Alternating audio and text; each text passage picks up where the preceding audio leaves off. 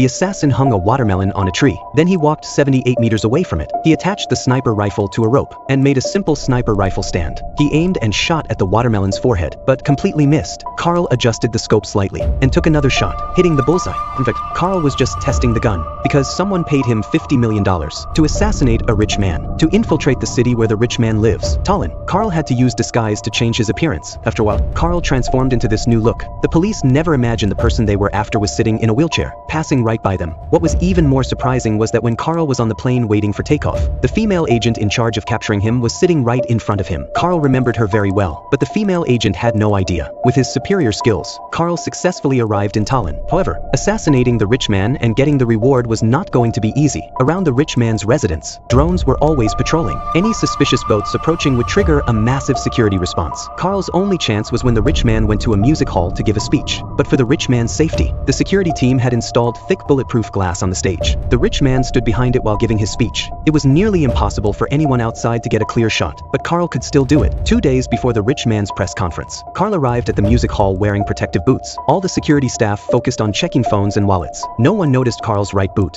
Little did they know, his boot was actually a sniper rifle, designed specially for Carl by master gunsmith Norman. So Carl secretly brought the sniper rifle into the music hall. Once the concert started, Carl listened for a bit. When one song finished, he immediately got up and left, taking the chance when no one was around. He went upstairs and entered the equipment room. There was a ventilation duct inside. Carl was going to assassinate the rich man from here. He took off the protective boot and assembled it into a sniper rifle. After putting the gun together, he set it aside. Now he could finally rest, because he was going to be stuck in this narrow space for a full day and night. After the concert ended, the rich man's bodyguards began clearing the venue. However, they had no idea Carl had already hidden in a secret compartment before them. The staff brought in police dogs to thoroughly search the hall. Carl could see everything from above. The next day, the press conference was held as scheduled. The rich man, escorted by police, arrived at the hall. As the rich man was about to take the stage, Carl crawled out of the ventilation duct with the sniper rifle. He positioned himself right above the stage, adjusted the rifle, ready to take the shot. But with the bulletproof glass in front of the rich man, Carl couldn't find the right moment to pull the trigger. Finally, when Carl was ready to shoot,